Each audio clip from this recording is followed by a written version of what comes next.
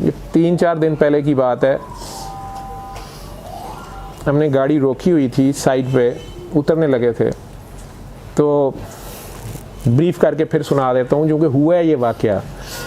तो पीछे से एक साहब, अब वो तंग थी, पीछे से एक साहब बहुत स्पीड में आए हैं और हॉर्न पे हाथ रखा हुआ है, शायद बहुत इमरजेंसी में थे, लेकिन वहाँ जगह इतनी थी नहीं और उन्होंने पास से गुजरने की कोशिश की तो आगे से अचानक, वो आगे टर्न था, चौक था, आगे से अचानक एक ट्रक जो है वो टर्न ले रहा था। अब उन्हें पता चल गया वो लगेंगे।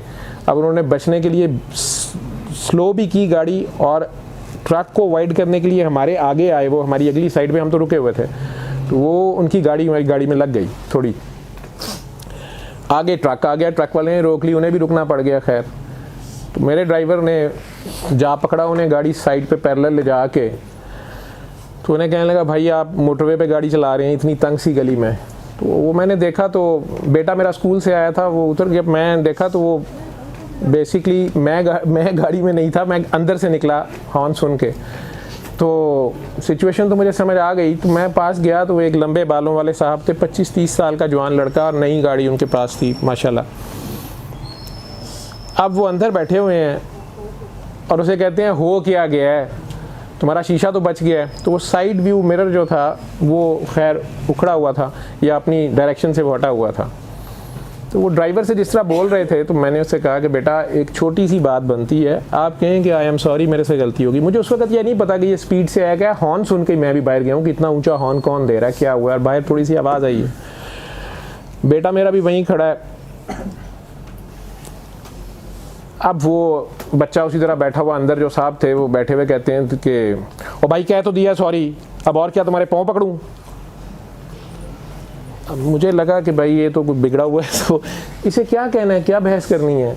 दूसरा तहम्मुल मजाजी, जो ज़ाहिरियत की होती है ना, नेकी पर सही, तो उसमें मैंने गाड़ी को देखने की कोशिश की, कहाँ लगी है यार गाड़ी, अपने ड्राइवर को कहने की कोशिश की। उसने मुझे वो शीशा दिखाया, खैर वो ऑटोमेटिक शीशा है, भाई की गाड़ी थी। वो मैंने उसको सीधा किया, मैंने उसे दोबारा कहने की कोशिश की। मैंने कहा बेटा बात ये नहीं है, कुछ नहीं हुआ, नहीं टूट, कुछ नहीं हुआ, लेकिन यहाँ कोई छोटा बच्चा हो सकता था, ये तंग गली है, रिहायशी इलाका है, तो इसमें आप जिस स्पीड से आए हो, ये मैं गर्द देख रहा हूँ अभी तक उड़ रही है, और जो कुछ हुआ है, और भी आगे से वो ट्रक वाला भी उतर आया, उसने भी उसे आगे ज़रा इसी तरह बोला कि यार इस तरह गड्डी चलाई थी, मरल लगा से, वो उसको कह रहा था।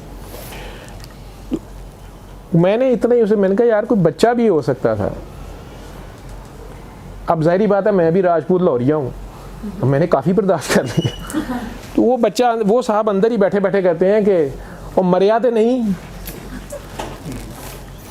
अब मैंने तो एकदम से मैं कहूँ तेरी, तो मेरे मुंह से गाली निकल गई। वो मेरे बेटे ने जंप करके मेरे मुंह पे भी हाथ रखा, मैंने कहा बाबा आप गाली नहीं देंगे, पीछे हट जाएं। तो खैर मैंने उसे मारा तो नहीं, मेरा हाथ लगा नहीं उसको, बेटे ने मुझे रोक लिया। वो ट्रक वाले भी चलो छोड़ें जी ये वो, मैं कहा यार तू ट्रक परे करेगा, अब ये गाड़ियाँ सारी गली ब्लॉक हो गई, और भी 1-2 लोग उतर आए, सारी सड़क दोनों तरफ से ब्लॉक हो गई। मैं उससे बात कर रहा हूँ, तो वो मेरा बेटा उसके साथ शीशे में उसके साथ झुक के उसे आगे, ये भी 17-18 साल का है, वो कोई 25-30 साल का था, तो उसे इस तरह अंदर झुक के तो उसे कहता है कि भाईजान आप अब बोले ना गाड़ी लें और निकलें, अब जाएं। वो उसको मतलब इस तरह कर रहा है, इसी तरह का। अब पता नहीं उसे क्या हुआ है, उसने अंदर उसको, मैंने चूँकि खुद नहीं देखा, लेकिन वो बेटे ने नहीं, वो खुद भी कह रहा है कि मुझे नहीं पता उसने क्या किया था, लेकिन ऐसा होता नहीं। तो उसके चेहरे पे मेरे बेटे के यहाँ पे एक निशान है या कुछ है, उसने ज़ोर से, शायद ड्राइवर मेरा कहता है कि नहीं उसने इसका हाथ ज़ोर से मारा है और उसका अपना नाखून या कुछ इसके चेहरे पर लगा, और उसने इसको यहाँ से ऐसे करके धक्का दिया या कहा कि तू तो परे हो या कुछ ऐसे करके, क्योंकि वो छोटा था। अब वो बेटा साहब अंदर थे, उनका मुंह अंदर था, उन्होंने दोनों हाथ इस्तेमाल किए अंदर। अब वो बेचारा तो सीट के ऊपर उसकी बेल्ट थी, तो वो जितनी देर में मैंने उसे वापस खींचा और साथ गुस्से में बेटे को कहा कि यार तुम मुझे मना कर रहे हो, और दूसरा मुझे ये था कि इतना नुकसान, चलो खैर अब ख़त्म हो गई बात, और थोड़ा सा मैं शर्मिंदा भी था कि गाली भी निकल गई है। तो मैंने देखा तो उसके होंठ से खून निकल रहा था, और बेटे का जब मैंने वापस खींचा ना, तो वो इतने गुस्से में आ गया हुआ था कि उसने उसके दरवाजे को ज़ोर से ठुड्डा मारा, शूज़ थे उसके स्कूल वाले, तो वो उसके डेंट पड़ गया गाड़ी को। अब मैंने देखा तो वो बेटे के भी हाथ पे यहाँ चोट, ब्लड निकल रहा था, शायद उसका दांत लगा या वो गाड़ी के अंदर ही कोई चीज़ लगी, क्या हुआ। बेटे को मैंने गुस्से से पीछे खींचा तो उसने ठुड्डा मार दिया। मैंने कहा ये क्या किया। साथ मैंने उसे कहा, मैं कहा यार इतनी सी बात थी कि तुम कहते कि सॉरी। वो कहता है ना जी ना, उनसे सॉरी नहीं होएगा। अब तो पुलिस आएगी, तुम लोगों ने मेरी गाड़ी में दंड डाल दिया। मैंने उसे कहा कि अब आपको अपनी गाड़ी की कितनी तकलीफ हुई है। इसी तरह किसी और को भी, मैं तो आपको कह रहा हूँ कि किसी बच्चे को लग सकती थी। शोर सुन के मेरी वालदा और मेरी बेगम साहबा भी बाहर आ चुके थे। नौकरानी ने अंदर तीन बता दिया, वो काम कर रही थी। वो अपना डांट डपट हमें करी जा रही हैं। मैं अब ख़त्म करना चाह रहा था सारा कुछ। तो मैंने उसकी गाड़ी की चाबी निकाल ली थी और उसके फ़ोन एक उसका पड़ा था, वो मैंने पकड़ लिया। जब उसने कहा नहीं, उसने एकदम और 3310 निकाल लिया। ये उसकी अच्छी समझ नोकिया का ना, वो उसने रखा हुआ था। उसमें कोई फ़ोन मिलाना शुरू हो गया। तो फिर मैंने उसे प्यार से कहा, मैं क्या आपने पुलिस को बुलाना है या ले आओ पुलिस, वो मैं बता दूंगा जो भी है, वो जो करना चाहते हैं। अभी मैं ये बात कर रहा हूँ तो वो ट्रक वाला से कहता है भाई गड्डी परे कर, मैं तो जावा। तो वो कहता मैं कहाँ जाऊँ, मेरी तो चाबी इनके पास है। अच्छा, मैंने उसे चाबी और फ़ोन वापस किया। अचानक मेरा बेटा आया है और दोबारा वो शीशे के अंदर मुंह करके, मतलब इतनी स्पीड से उसने किया है कि मैं वो कर नहीं सका। और मैं उसे कह रहा हूँ कि यार आई एम सॉरी, खामखा बात बढ़ गई है, ये आप भी कर लेते। कहता नहीं ऐसे सॉरी नहीं अब होगा। तो उतनी देर में वो बेटा एकदम झुका है और वो मैंने देखा कि उसके पहले घुटने को और फिर उसके नीचे, मैंने देखा ये क्या कर रहा है, पकड़ूं मैं इसको। तो उसके पाँव को हाथ लगा कहता है कि मुझे बहुत शर्मिंदगी है, आपको बड़ी ज़ोर से लगा है, मुझे मेरे ये जितना खून निकल रहा है उसके यहाँ से खून निकल रहा है, तो आपके दांत को कितनी दर्द हो रही होगी, मेरे से ज़ोर से लग गई है आपको। तो और सीरियसली उससे बात कर रहा है। अब मैं आपके पाँव को हाथ लगाता हूँ, आपकी गाड़ी को भी मैंने मारा है। अब ये 5 मिनट में, 5 मिनट भी ज़्यादा हैं, 2 मिनट में वो बच्चा जितनी तेज़ी से घूमा वापस, अल्लाह उसको और सब्र और तहम्मुल दे। लेकिन ये नहीं कि मेरा बेटा है, मैं शर्मिंदा हो गया उसके समल पे। हम बड़े जो थे वो अभी तक अपनी अपनी हिस्से की दलीलें और अपने आप को पाक साफ जाहिर कर रहे थे, ये हक़ पे साबित कर रहे थे। उसने उसे कहा नहीं नहीं, ये मुझे अंदाज़ा हो रहा है, ये जितनी मुझे दर्द हो रही है ये आपको कितनी ज़ोर से लगी होगी। वो कहता है नहीं नहीं, तुम्हें अब पुलिस में जाना पड़ेगा। वो कहता है पुलिस में मैं चला जाऊंगा, लेकिन आप मुझे माफ़ कर दें। वो ट्रक वाले ने भी एक दो और ने कहा चल यार गड्डी बहुत और, वो जिस तरह लोग करते हैं। उसने गाड़ी चलाई थोड़ी सी आगे जाकर, कहता अब इधर ही रहना और ये गाड़ी बचा के रखना, मैं छोड़ूंगा नहीं। मैंने उसे कुछ नहीं कहा। बेटे को मैंने कहा, मैं कहा तुम्हें क्या हुआ। कहता बाबा मुझे बड़ा अफसोस हो रहा है, कॉलेज में भी खेलते हुए कई बार लड़कों ने, 1-2 बार हुआ है, लड़ाई हो जाए ना वो एकदम हाथ छोड़ देते हैं, थप्पड़ भी मार देते हैं। तो एक तो मैं कभी किसी के चेहरे पे नहीं मारता, लेकिन इसके मैंने मार दिया। और दूसरी ये कि मैं हमेशा ना, मेरी आदत है मैं फ़ौरन रुक जाता हूँ, फ्रीज़ हो जाता हूँ। तो वो डर जाते हैं कि अब ये मारेगा, तो मैं उन्हें प्यार से कहता हूँ कि तुमने मार लिया, लेकिन अब आगे बात सुनो, गलती मेरी है या तुम्हारी है या फाउल है खेल में जो भी होता है। तो बाबा उससे आज तक कभी नहीं हुआ कि बात आगे बढ़े। वो जिसने मारा होता है वही शर्मिंदा हो जाता है। आज मुझे समझ नहीं आ रही, इसने एकदम मुझे मारा है तो मुझे समझ नहीं आई मुझे क्या हुआ है। उसने काफ़ी तेज़ हाथ चलाए थे। मैंने कहा नहीं, आप मेरा ख्याल है अभी भी उसको बचाने के चक्करों में थे कि ये बाबा से निकल जाए यहाँ से, तो आप उसे बचा रहे थे। कहते नहीं बस मेरे से बड़ी गलती हो गई है, मेरा तो एग्ज़ाम ईयर भी है, अल्लाह ही रहम करे। वो सारे घर वाले उसके पीछे पड़ गए कि ये बहाने नहीं चलेंगे, पढ़ना ही पड़ेगा। अंदर आया तो बेगम साहबा ने बड़ा अच्छा कमेंट दिया। उन्होंने कहा आई विश कि कोई वीडियो बनाता इन डॉक्टर साहब की और यूट्यूब पे लगाता है कि ये हैं जो माफ़ करो माफ़ करो माफ़ करो का सबक।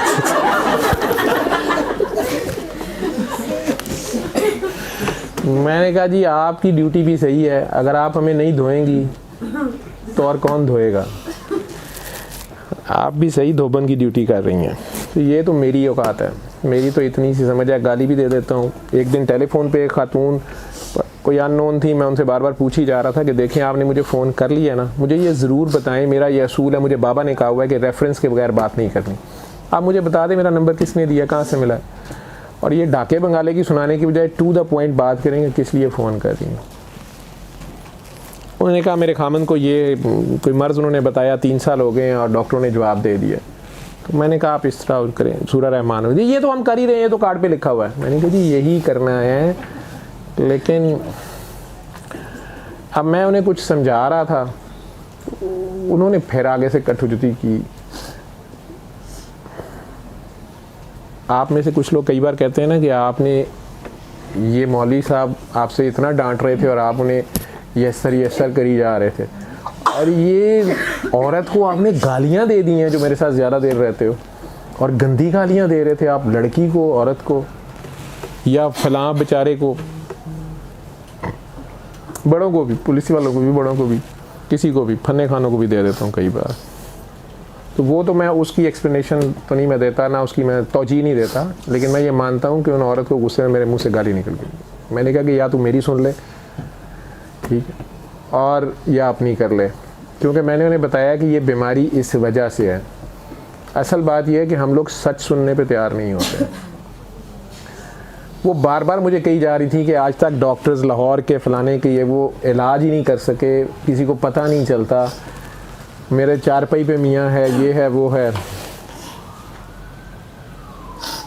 मैं तो हज करने जा रही थी, इनकी वजह से वो भी रह गया, 3 साल से मैं इनकी खिदमत कर रही हूँ। मैं उन्हें कह रहा था कि आप ऐसे कर लें। अब वो बार बार कही जा रही थी कि बीमार तो मेरा मियाँ है और मैं ऐसे क्यों करूँ। मैं उन्हें कह रहा था कि आपको ये करना पड़ेगा, आजमाइश तो आप पे गुजर रही है। कोई बात मैं उन्हें कोड वर्ड्स में मतलब कैमोफ्लाज्ड कह रहा था कि आप ये अमल कर रहे हैं, उन्हें वो भी करना मुश्किल था। मैं नहीं चाह रहा था कि उनके मुंह पे सच बोलें। देखें, आप किसी पैदाइशी काने को जिसकी एक आँख ख़राब है उसके मुंह पे काना नहीं कहते, ये तमीज़ मुझे है, ये सच है, लेकिन ये बोलने वाला सच नहीं है कि आप उसे कहें कि वो काना जी, तो है तो सच है लेकिन ये बोलने वाला नहीं है। मैं उन्हें उनसे गलती जो भी हुई थी मैं उन्हें इशारे से कह रहा था, वो समझ रही थी, लेकिन समझ के ये शो कर रही थी कि मुझे क्या पता है। मैं तो मकाफ़ात अमल और अल्लाह के जो कानून है उसको समझ के बोल रहा था कि ये बात कहाँ से होती है। एक डॉक्टर को पता होता है कि इस बंदे को शुगर हुई है तो क्यों हुई है, इसका जिगर उड़ा है तो क्यों उड़ा है। हमारे सामने लोग बैठ के झूठ बोल रहे होते हैं। हम कई बार वार्ड में, मतलब क्लिनिक पे कहते हैं कि आप किसी किस्म की कोई नशा या ओवर ड्रग कुछ कर तो नहीं रहे, बदपरहेजी। कहते नहीं। अब रिपोर्ट्स हमारे सामने, सादा रिपोर्ट से भी आम डॉक्टर जो अच्छा डॉक्टर है वो पिक कर लेता है कि ये बंदा अल्कोहल ले रहा है। रूटीन लैब्स में से डॉक्टर पकड़ सकते हैं। सजेशन उसमें होती है जब लिवर उड़ा हुआ है तो ये जी वायरस भी सारे नेगेटिव हैं, खुद फंसते हैं ऐसे लोग।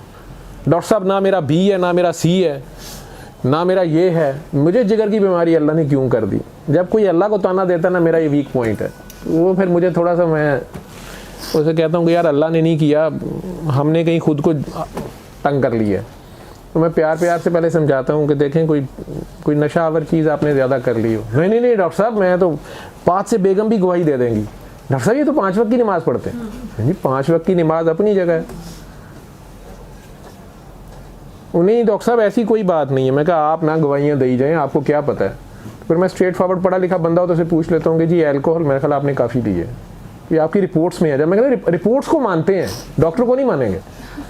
ये रिपोर्ट्स में आपके है। डॉक्टर साहब रिपोर्ट से कैसे पता चलता है। मैं आपको समझाता हूँ कैसे पता चलता है। इन्हीं रिपोर्ट्स में सजेशन है कि आप फिर अगर BC भी नेगेटिव है, फलां भी ये है। मैं आपसे पूछ रहा हूँ। वो पहले थोड़ी सी आंखों से बेगम की मौजूदगी में समझाने की कोशिश करेंगे या फिर हंस के कह देंगे नहीं पार्टी वार्टीज़ में होती है, बहुत ज़्यादा नहीं। यार तो मैं इतनी देर से तुम्हें पूछ रहा हूँ, तुम्हारे ही सवाल का जवाब दे रहा हूँ ना कि ये क्यों हुआ। अब इससे आगे चलो। तो अगर इस क्यों को आज बंद कर देंगे तो सिरोसिस बाकी का भी लिवर का बच जाएगा। तो अगर आप वो भी नहीं बाज आएंगे तो फिर अब डॉक्टर से भी सर खपाई करने को कोई फ़ायदा नहीं है।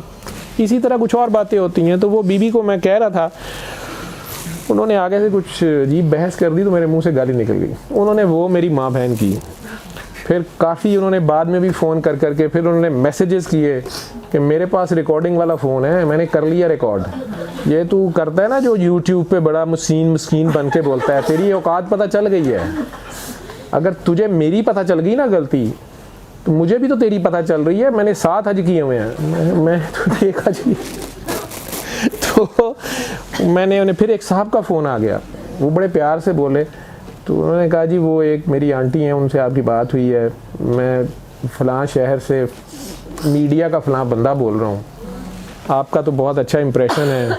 वो अजीब सी बात कर रही हैं। मैं कहा वो कह रहे होंगी कि मैंने गाली दी है। हाँ डॉक्टर साहब औरत को गाली। मैंने कहा भाई मेरी बात सुन, वैसे तो वो मुझे बता चुकी हैं, उनके पास रिकॉर्डिंग वाला फ़ोन था, उन्होंने रिकॉर्ड कर लिया। अब अगर आप भी रिकॉर्ड करना चाहते हैं आप भी रिकॉर्ड कर लें, मैं मुकरता नहीं हूँ।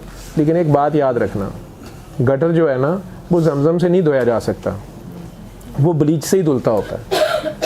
ठीक है, गटर तो ये जमादार को पता होता है कि गटर को कैसे धोना है। अब मौलवी साहब आके उसे बताएं कि ओए कपड़े तो साफ़ पहन और अच्छा शैम्पू ले और गटर धो, बल्कि जमजम डाल लो। तो जमजम से तो नहीं धोना होता, जमजम से तो मस्जिद धोई जाती है। ठीक है, वो कभी कभार ब्लीच डालनी ज़रूरी हो जाती है, लेकिन ये मैं तौजीह नहीं दे रहा। मैं तो अपनी शख्सी कमज़ोरी का इज़हार कर रहा हूँ कि भाई मैं एक आम सा आदमी हूँ, मेरा तो अपनी ज़ुबान पे कंट्रोल नहीं है, अपने आप पे कंट्रोल नहीं है, होश का बंदा ही नहीं हूँ मैं।